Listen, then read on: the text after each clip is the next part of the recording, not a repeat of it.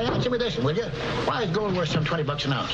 I don't know, because it's scarce. 1,000 men say go searching for gold. After 6 months, one of them's lucky. 1 out of the 1,000. His find represents not only his own labor, but that of 999 others to boot. That's 6,000 months or 500 years, scrabbling over mountains, going hungry and thirsty. An ounce of gold, mister, is worth what it is because of the human labor that went into the finding and the getting of it. Never thought of it just like that. Well, there's no other explanation, mister. Gold itself ain't good for nothing except for making jewelry with. Gold teeth. Gold's a devilish sort of a thing anyway. You start out, you tell yourself you'll be satisfied with 25,000 handsome swaggers worth of it. So help my Lord and cross my heart. Fine resolution. After months of sweating yourself dizzy and growing short on provisions and finding nothing, you finally come down to 15,000, then 10. Finally, you say, Lord, let me just find $5,000 worth and never ask for anything more the rest of my life. $5,000 is a lot of money. Yeah, here in this joint seems like a lot, but I tell you, if it was to make a real strike, you couldn't be dragged away. Not even the threat of miserable death would keep you from trying to add 10,000 more. 10, you'd want to get 25, 25, you'd want to get 50, 50, 100, like roulette. One more turn, always one more.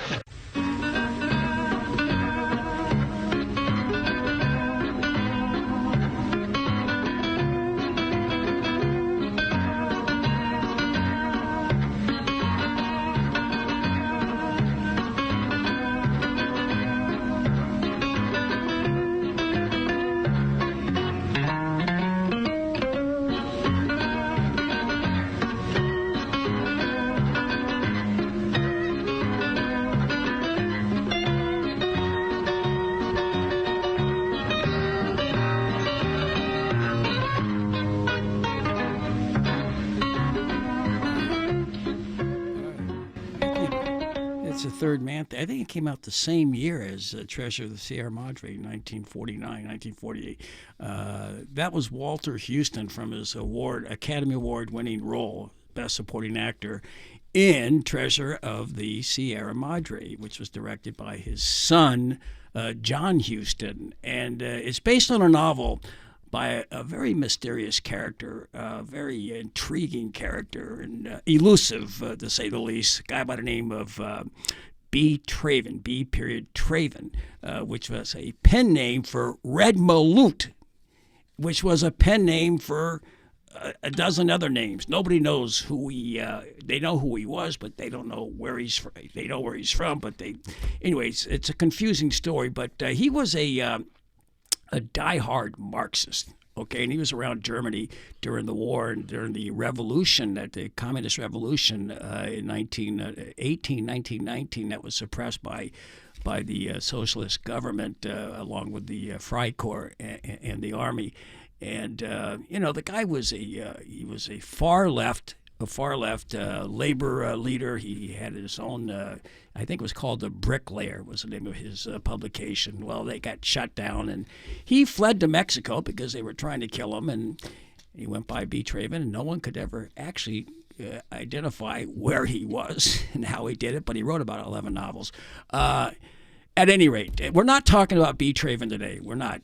Only the fact that he was a Marxist. That's the reason why. A German Marxist and influenced by Marx. Look at the great work that he did, like Bertolt Brecht, which we talked about many times before in that 3-part series with the economist, the historian, the philosopher, linguist Richard Wolff, was joining us today because today we're kicking off a 3-part series, maybe 4, I don't know, if we can get through this, on Marx, on Karl Marx. Now, don't run away.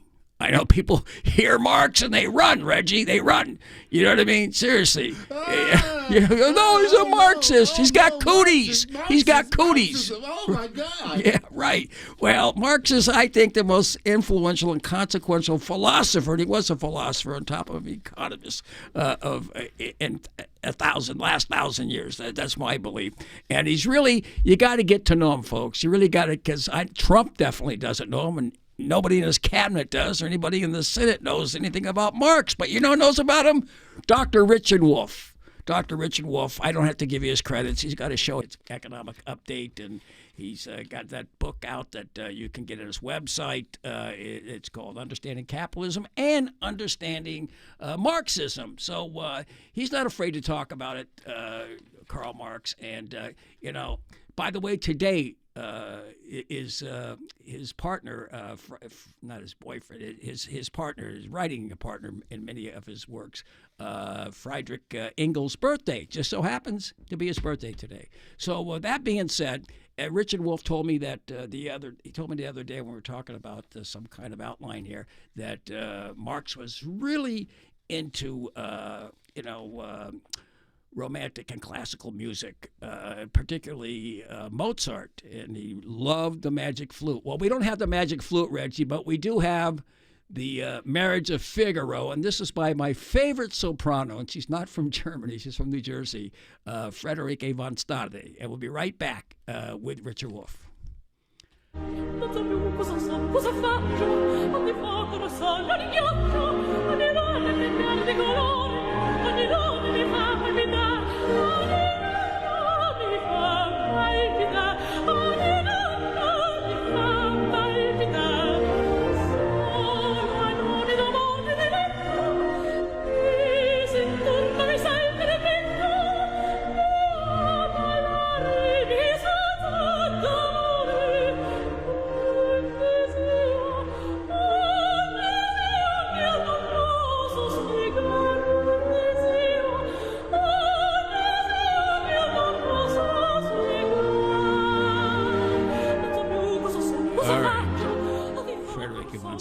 She just turned 80. She's wonderful. Randy Critical live on the fly. I didn't say this right after the cold opening. Randy Critical live on the fly, WBAI. Free speech radio, if we can keep it. And it's up to you that we keep it because it's really vital at this point in time, particularly when we're talking about Karl Marx, when Karl Marx himself and Marxism is under attack and got a big bullseye on the thought of Marx. No one else, Dr. Wolff, is talking about Marxism today in a positive way on any station in this state and maybe another Pacifica station in the San Francisco Bay Area or down in Los Angeles. And welcome to the show again.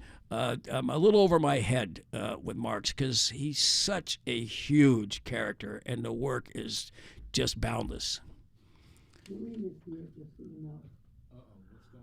Uh-oh. Well, let me start, Randy, by sort of an invitation to the audience to join with me in not blaming ourselves. Yeah, we don't know as a culture, as a country, very much about Marx. That's why it's a good joke that you started off, you and Reggie, saying, oh my God, we shouldn't be talking about this, or there's something dangerous about it, or some taboo that we're violating by even talking seriously about it. The fact of the matter has been that we have just now begun to emerge as a country, the United States. And let me remind everyone, I was born in the middle of this country, Youngstown, Ohio. I've lived and worked all my life here in the United States, and I'm happy about it. But all my life, and it's been many years now, I have had to work, as everybody else has, under this taboo. There's no other word to describe it. A taboo in which anything having to do with Marx or Marxism or socialism or communism or anarchism, and I'm sure a few other isms that we could talk about, has been something that people pride themselves on never knowing anything about. I can't get over it. I mean, here I am, the product of the elite universities of this country. Let me start with where I was an undergrad. Well, let me start before that.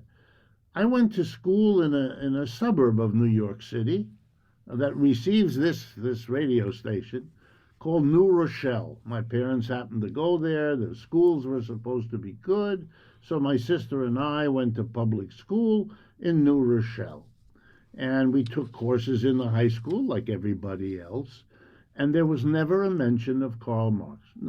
It's as if there were no Marx, and that there was nothing about this Marx that anyone need to be bothered with hearing about, learning about, thinking about, criticizing, nothing, zero. Then I went to Harvard University. I went for 4 years and got my bachelor's degrees at Harvard University. Was I required at any point in my Harvard education to read the works, and they are voluminous? Karl Marx wrote many books and articles, so there's lots of material. Right. Was I ever asked to read one word of it? Answer, no. Wow. That's unbelievable. It's just unbelievable. It's Yeah, I mean, I tell it to people. They say it's unbelievable, but it's the truth. And it is not in any way particular to Harvard. That was the norm. There may have been an exception here or there that I missed, but what was true of Harvard was, true of other schools, if not more so. When I finished Harvard, I went to Stanford University in California, in Palo Alto, where I got a master's degree in economics. I did have one teacher there during the year that I spent who did assign Marx, a good bit of Marx. And then I left there because he died, this one professor. I left there and I finished my education at Yale University. There I got 2 more master's degrees, one in economics, one in history, and a PhD in economics. Okay? So here I am, the product of elite schools in this country with more degrees than you need or could care about. And at Yale, like at Harvard, I was never assigned one word of Karl Marx. Oh. Well, my professors, when I would, and I began, of course, as I got older and learned about it, I began to ask questions. Well, wait a second. Were you already fluent in Marx, or was it? No. I got interested when I was at Harvard, but all of that was on my own. I read it on my own. I talked with people in the larger Boston area where Harvard is located. I found some people who could teach me a little bit, who knew something about it. Those folks are always around. I found them. You can always find them if you start looking. People find me these days. It's the same process. So I would ask an occasional question. And I quickly learned that my teachers didn't know. Sometimes I got the suspicion that they did know, but they weren't comfortable in the classroom answering my question. So I had a very famous moment late in my 4 years at Harvard where I went into the office of the professor and I said, I asked you this question and you kind of didn't answer me. But unlike other professors, I have the feeling you kind of know, but is there something else going on?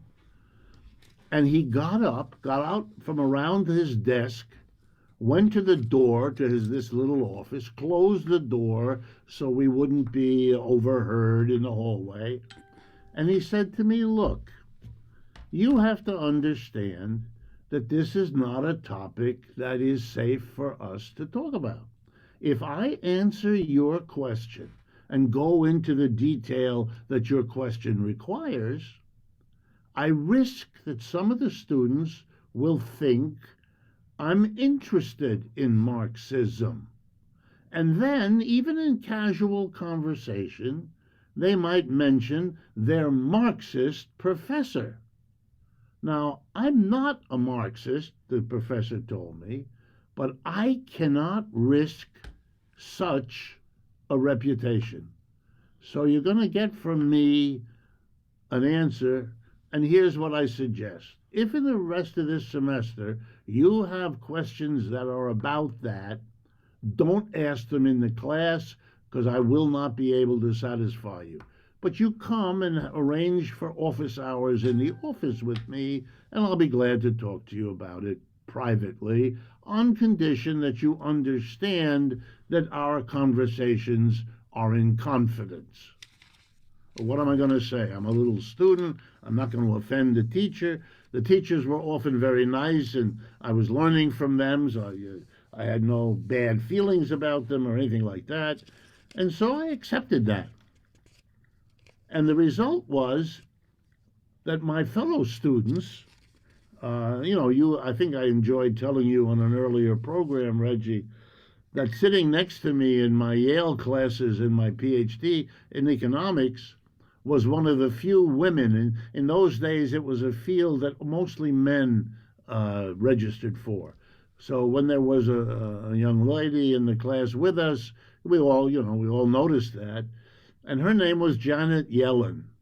Whoa. And so she got her degree exactly at the same time I did, went through the same classes, from the same teachers, reading the same books and articles, etc., as I did.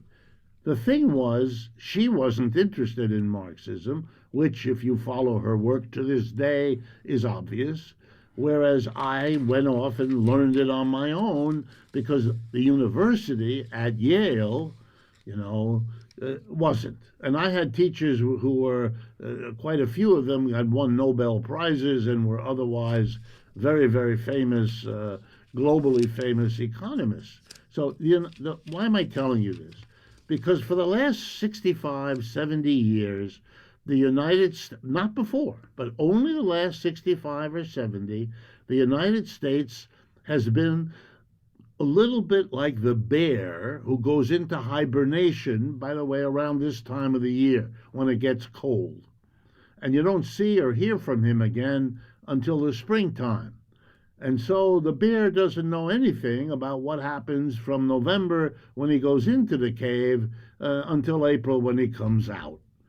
Americans don't know squat about Marxism and not much about socialism and communism either. Not because of anything wrong with Americans. We're just as smart as anybody else. We're capable of reading it and thinking about it. We're capable of being critical, accepting parts that we find persuasive and rejecting those that we don't in the normal way, human beings do.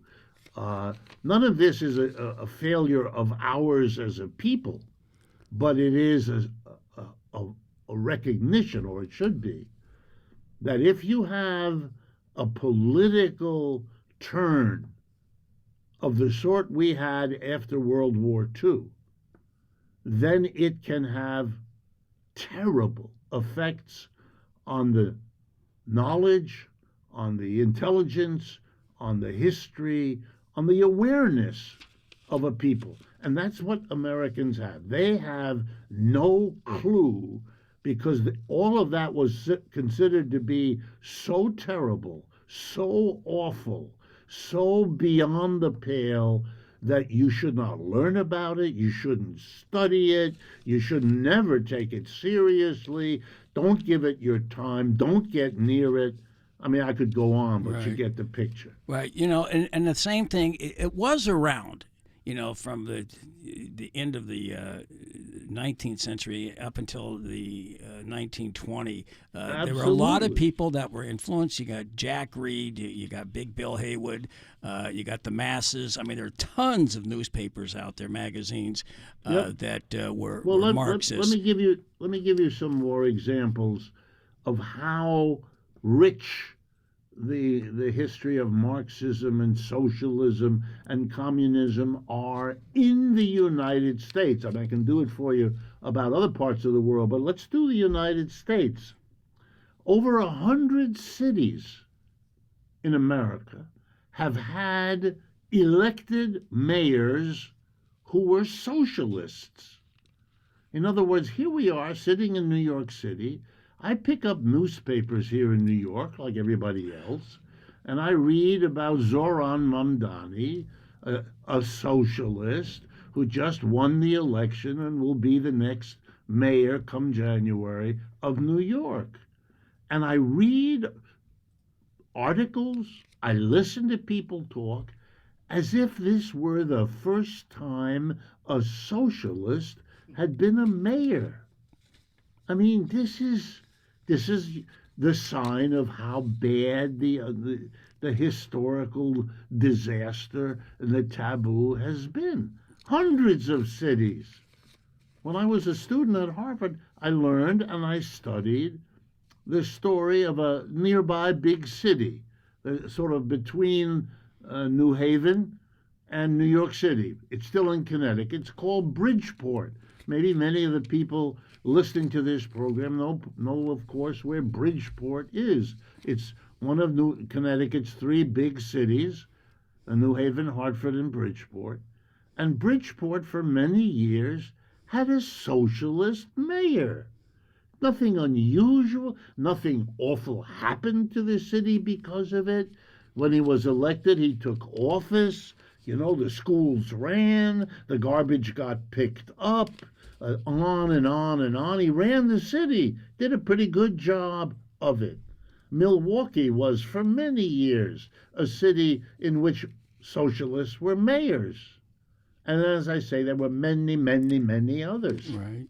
I sometimes ask my students, can you guess, out of the 50 states here in the United States, in which state were the largest number of socialists elected to the state legislature?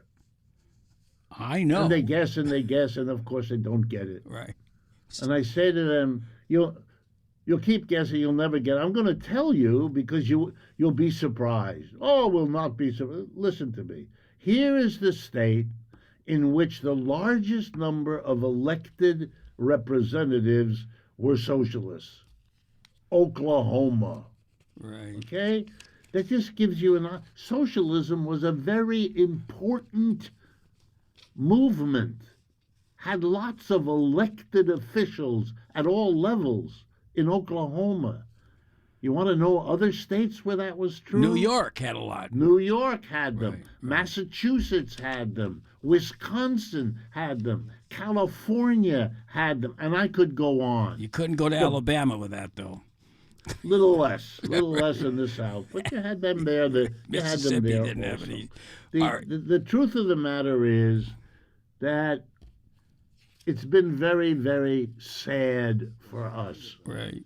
To Well, a lot be of people- deprived that way. You know, you could have made a decision to somehow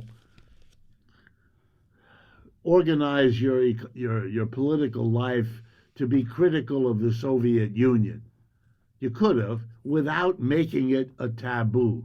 Right. Most of the people in Europe, and I'm talking about the countries most Americans are familiar with, Germany, France, Italy, Britain, Ireland, Sweden, and I could go on, Spain.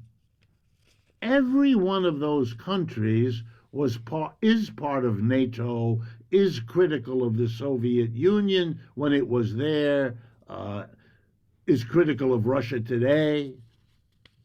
But in every one of those countries, they have had, for the last 70 years, lots and lots of socialist mayors of their cities, as they have them now.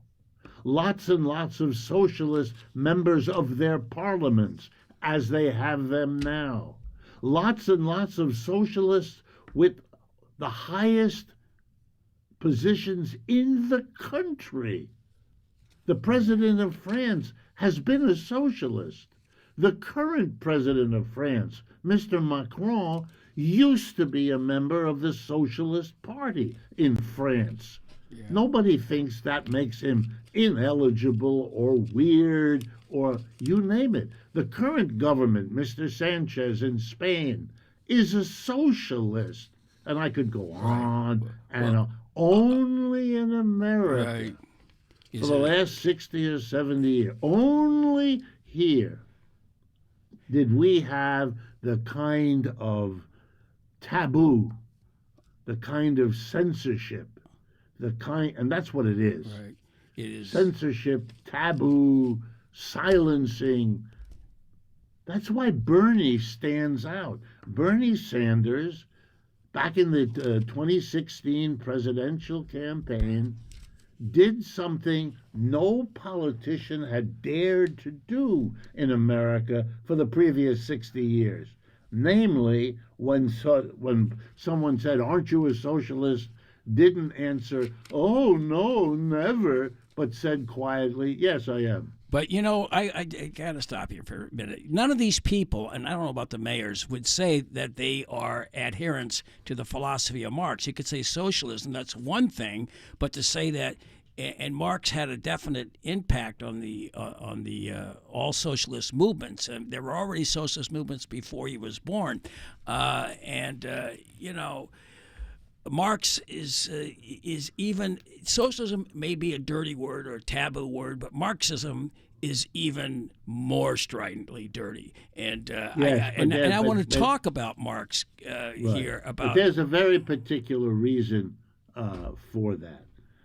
Everything has to do, really, in more ways than one, everything has to do with the fact that while there were socialists all over Europe and here in the United States in the 19th century, socialism, and by the way, just for everybody to know, Marx dies in 1883. And Marx basically lived from the beginning of the 19th century to the end of it. Born in 1818, died in 1883. By the time he died, his work had generated enough philosophers, enough followers, enough working people to have become an important movement in 2 or 3 European countries. In the following century, it spread to every other European country, and by our times now, it has spread to every country on earth without exception. Right. As socialism spread, it slowly transformed from a movement of people critical of capitalism, people motivated by the idea that human communities could do better than capitalism and that socialism was one way to do better. But with time and the growth of socialism, a moment came, and that moment was October of 1917. A moment came when socialists critical of capitalism would find themselves in a position to take political power. 1917, that happened. And it was the first time it had happened in any country. 1917 was 3 years into World War I, which began in 1914. That war was being lost by Russia, which was a major combatant in that war, as were Germany, Britain, France, the United States, and so on. But the Russians were really losing badly, and they had so many internal problems. Their capitalism was so weak still, emerging out of the previous feudalism, that the conditions inside Russia were awful. And the soldiers losing the war, the Russian soldiers, basically began to quit, to stop fighting, and to walk, because remember it's 1914, to walk home, to walk back to wherever in Russia they had been farmers and serfs and so on.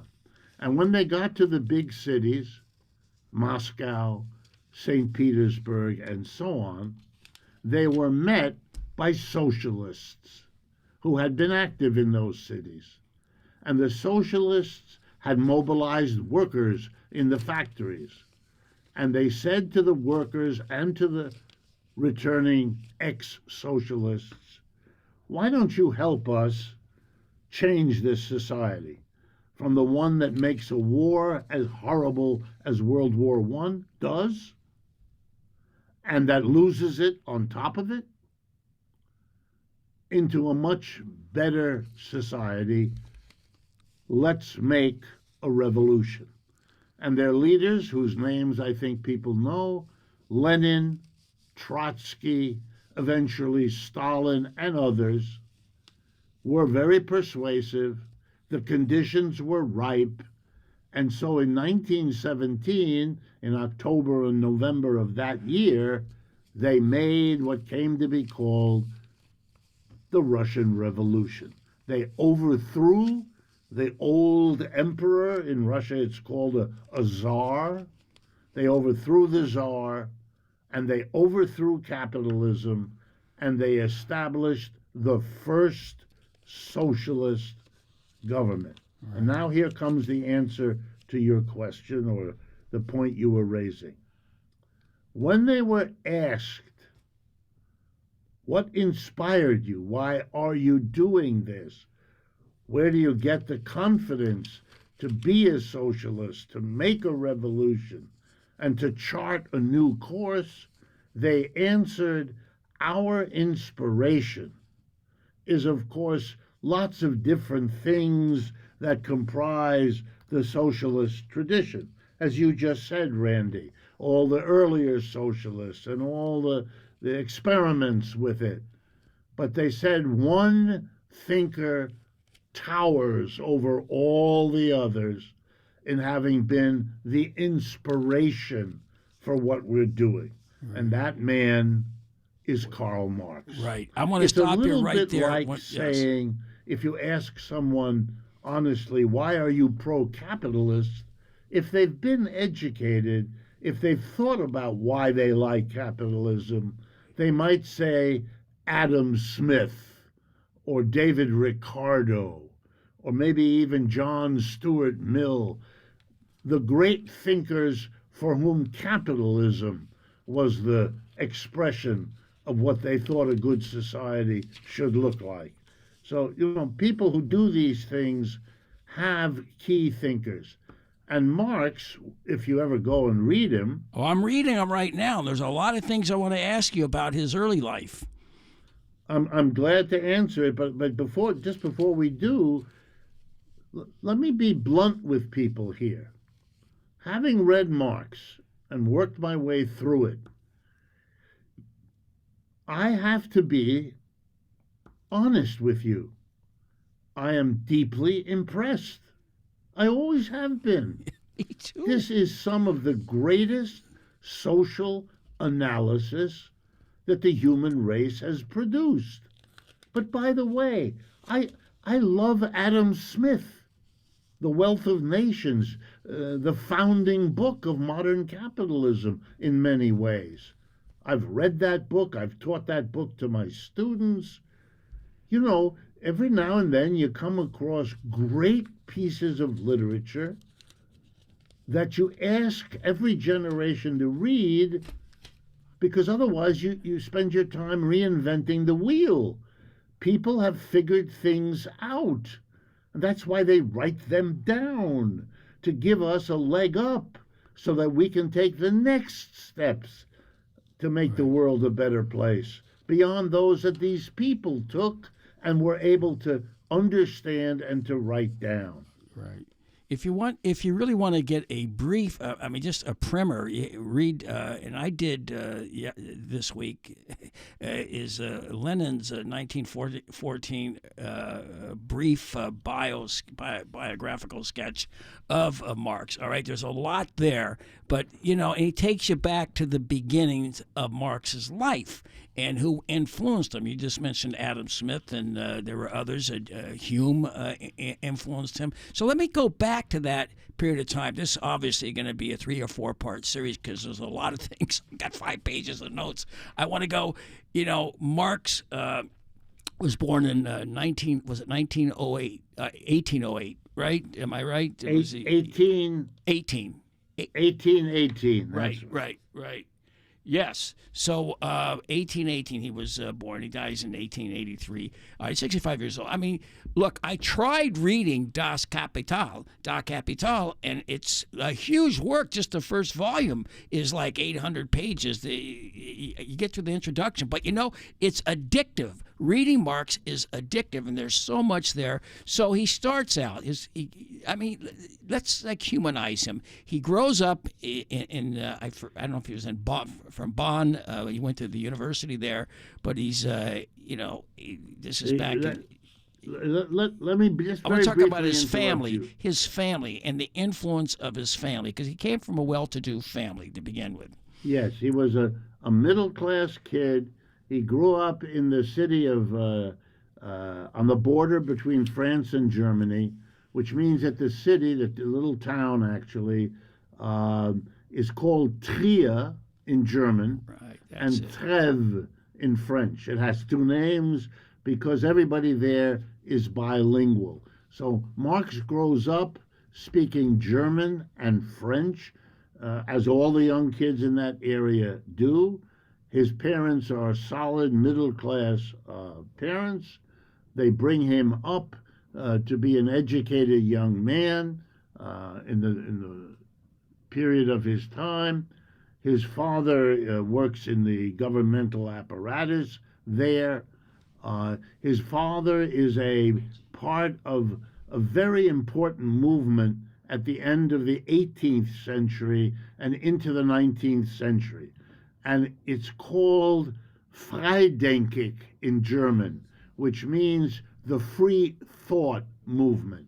And this was people who rejected organized religion, whether they rejected it, whether it was Catholic or Protestant or Jewish. Those were the three that you could encounter in Europe at that time. These were people who left those institutions because not because they necessarily disagreed with the theology, but they wanted the freedom of thought. They didn't want to be hemmed in by the rituals, by what struck them as secondary dogma that had to be followed. They didn't believe in that.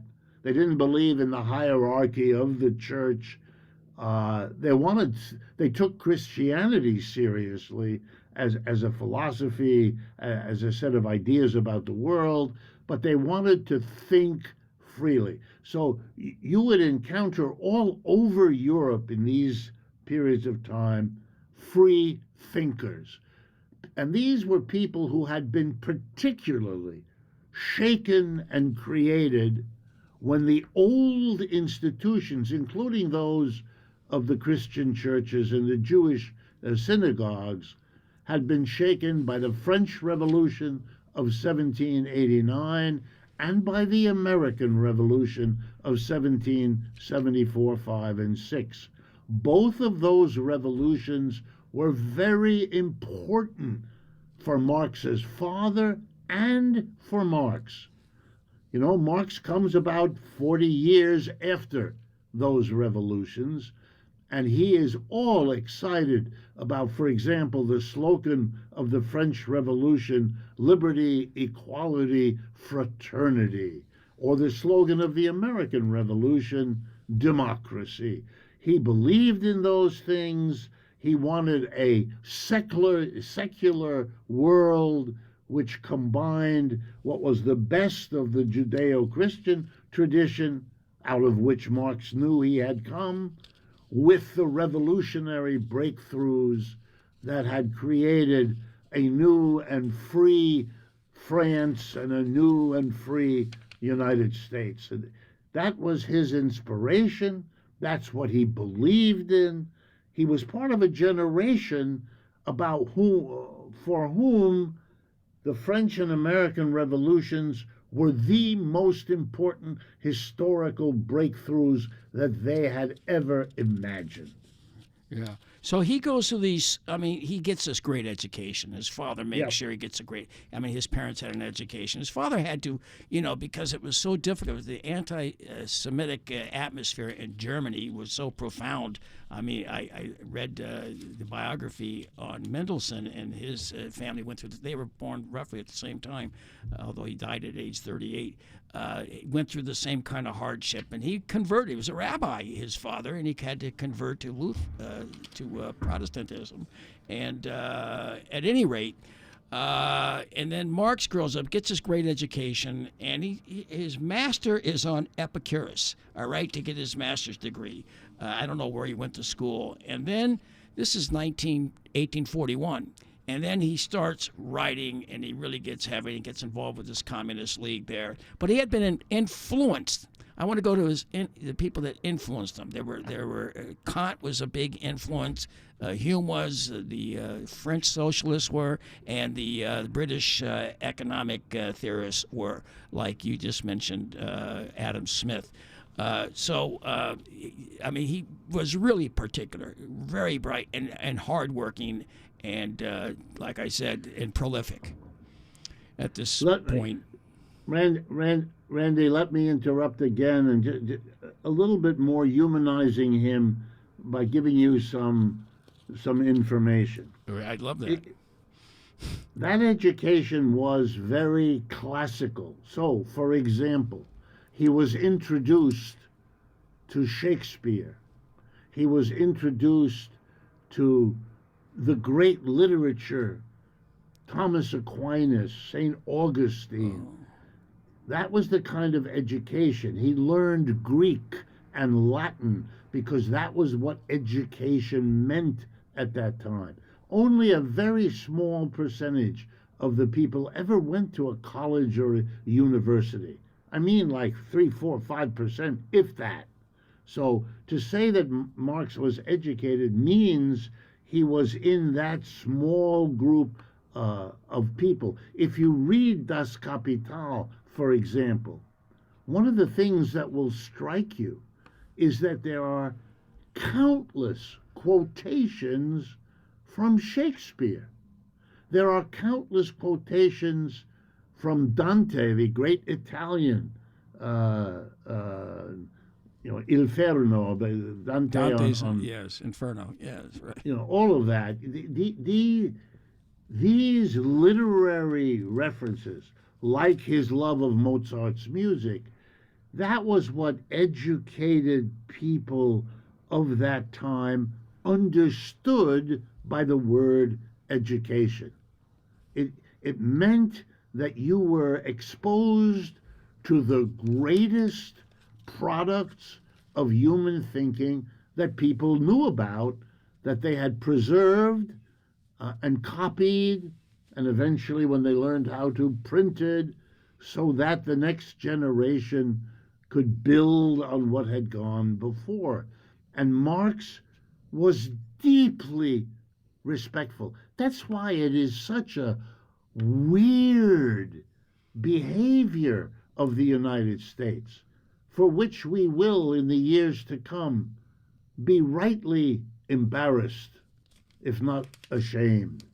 Right. When I teach Adam Smith, which I have done many times in my life at half a dozen different universities here in the United States, when I teach Adam Smith or David Ricardo or John Stuart Mill or Thomas Malthus, for people who know something about economics as a field, one of the things I assigned the students to read were the long, careful, detailed assessments written by Marx about all of those economists.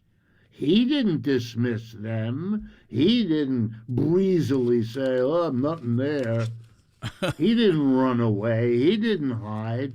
He read them, and he saw things in them that students have ever benefited from in the 200 years since these days. It's so embarrassing that people didn't do to Marx the honor of taking his work seriously and learning from it that he did for all the people they celebrate. And I won't embarrass anyone, but if I were in a class, I'd say, wow, don't embarrass your own parents, but ask them, how much honor have they given to Mr. Marx? Have they learned from him? Have they decided that an insight he had was valuable? Another insight he had wasn't, for sure. That's fine. Not everything is all good. It's a mixed bag like everything else is. But, are you worried that you missed out? Most of my colleagues, my educated colleagues at the fancy institutions that I've taught at all my life, They don't regret that they don't know a thing about it. Wow. They know that they kept safe that way. They kept their careers safe. That's how suffocating it has been in the last 60 or 70 years in this country. That's why it's so important that you do what you are doing, Randy. Bring it back. Let's get on with the work of learning what this fellow had to teach and making use of it to solve the problems we have here and now. Well, you know the what? ones that matter to us. You know, you read Marx, and then you start looking at all of the great thinkers of the Enlightenment, the late 17th century, all the way up to to him. You had all those great German philosophers that kept moving the ball forward. You had the French philosophers. You said Rousseau and Voltaire both were influences on him. And the I don't know if Marat was Jean-Paul Marat. Yes, all Marat, Cabet, all of the great actors. You know, he studied the French Revolution. The French Revolution for them was this liberating explosion. Yeah, they read all the people. Did and he read out of Thomas that, Carlyle's yes, history? he was familiar with all of that. Right. Perhaps the most important of the French was a radical with strong anarchist tendencies called Pierre-Joseph Proudhon. Right. Proudhon. Right. Proudhon was somebody he was so taken with, he went to Paris to study with him. And they later had a falling out, and Proudhon wrote a famous book called The Philosophy of Poverty, and Marx wrote a critique of it, which he called The Poverty of Philosophy. But these are important books now, but they came out of a dispute in this period when people like Marx were quite a few radicals of various kinds that then became influenced by Karl Marx. You know, one of the earliest, just to give you another idea, one of the earliest group of young thinkers who came across Marx's work, some while he was still alive, others right after he died as his work was becoming more known, were concentrated in the city of Vienna at the end of the 19th century. Because Vienna was, think of it as the world's intellectual center at that time, a role later played by London or Paris or New York. But in Vienna at the turn of the century, a whole group of thinkers were Marxists, and they were teaching Marx both to themselves and to their the friends they had.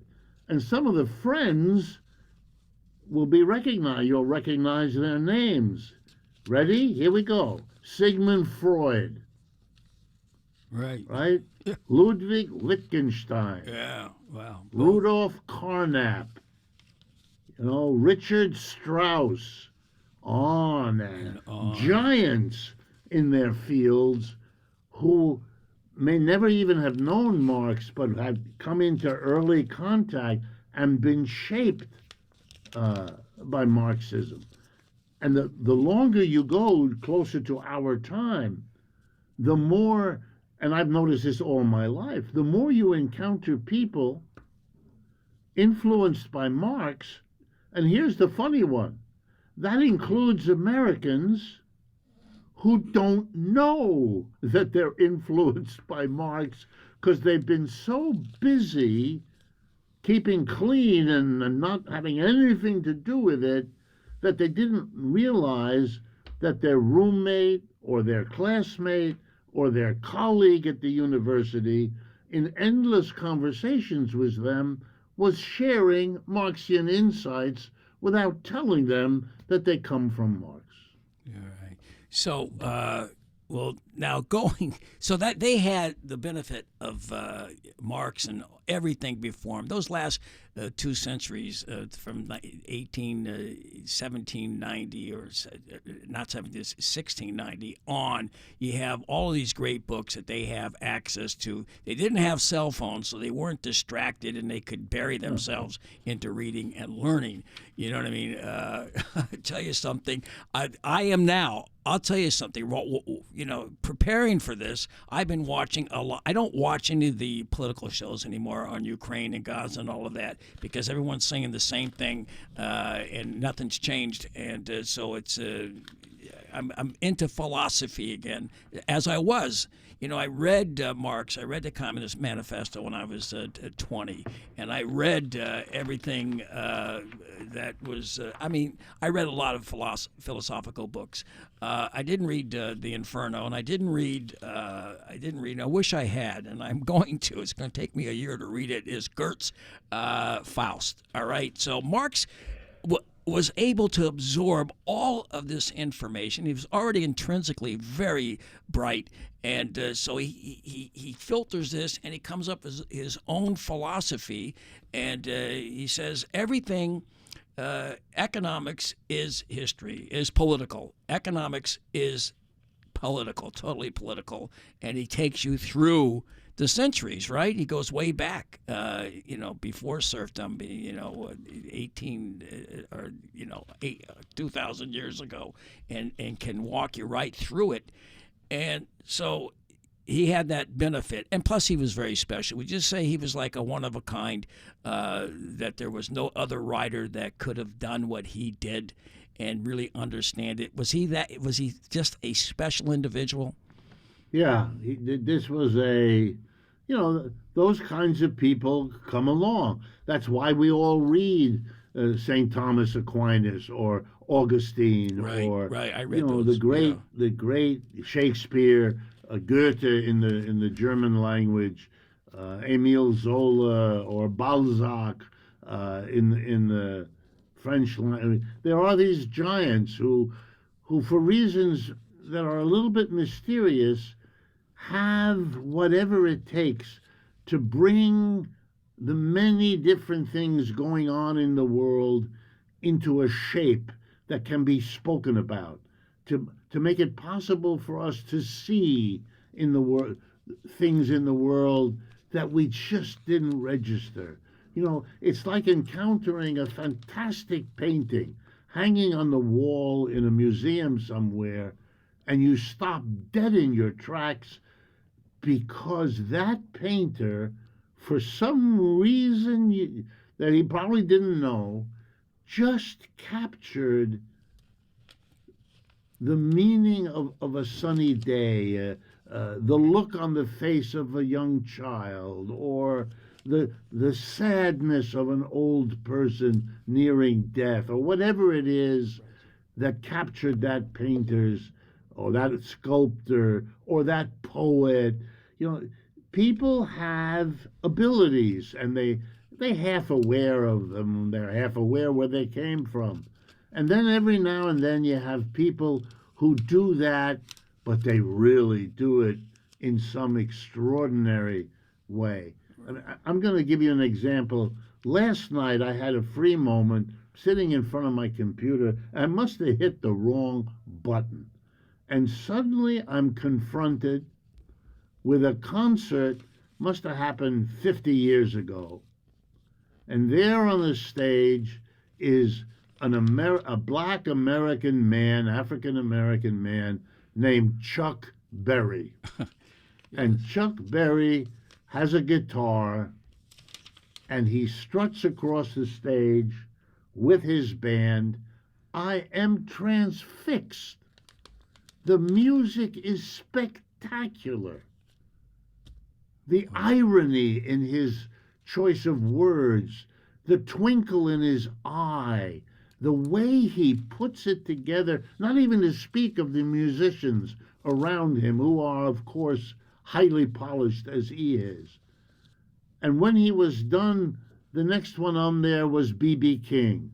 And when he was done, and it was a half an hour in which I didn't move out of my chair, because I knew I was in the presence of genius, of something than which it does not get better.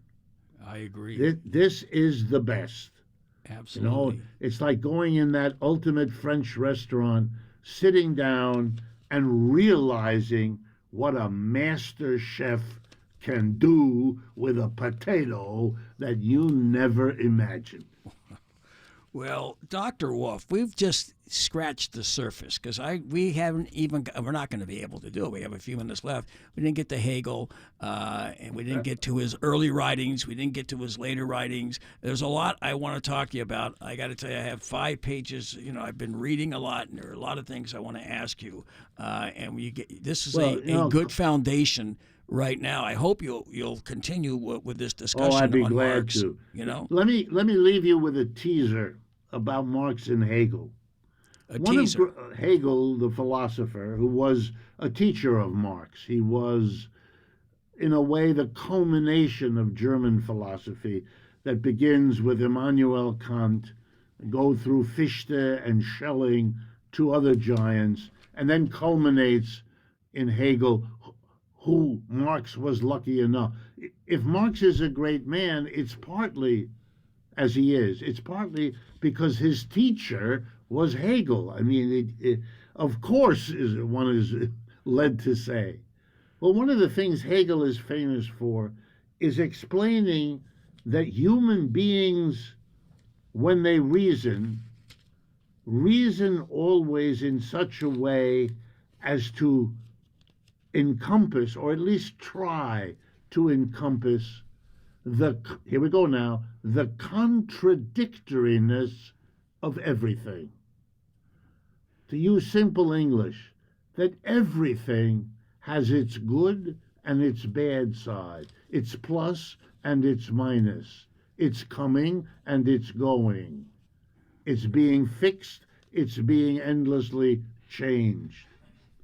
Right. And if you want to understand anything, you must understand that whatever you see at first has its opposite interwoven in it.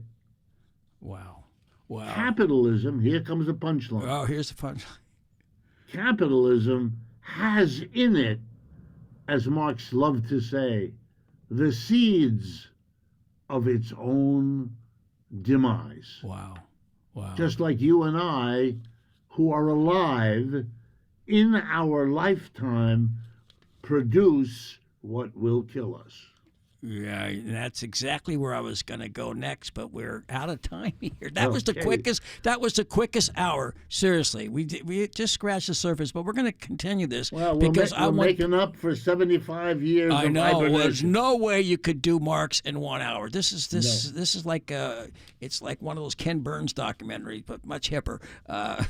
This is like a 6-part series because I really hope people appreciate what you're doing here, Randy, and bringing this back and talking about it in the open. It should make people feel good that you're facing something that was always lurking in the background, and we can put on the table. It's not going to bite. You're going to learn stuff, and you're going to feel better and be a clearer thinker as a result. All right. We're going to play a contemporary, almost the overlap. And I don't know what he thought about Beethoven, but this is from Beethoven's only opera, Fidelio. Thank you so much, Dr. Wolff, Rick, for this time. And we'll be talking. We'll be doing this within the next 2 weeks. Is that okay with you? Come right back? All right. Thank you so much, Dr. Richard Wolff. Take care. All right. Thank you so much.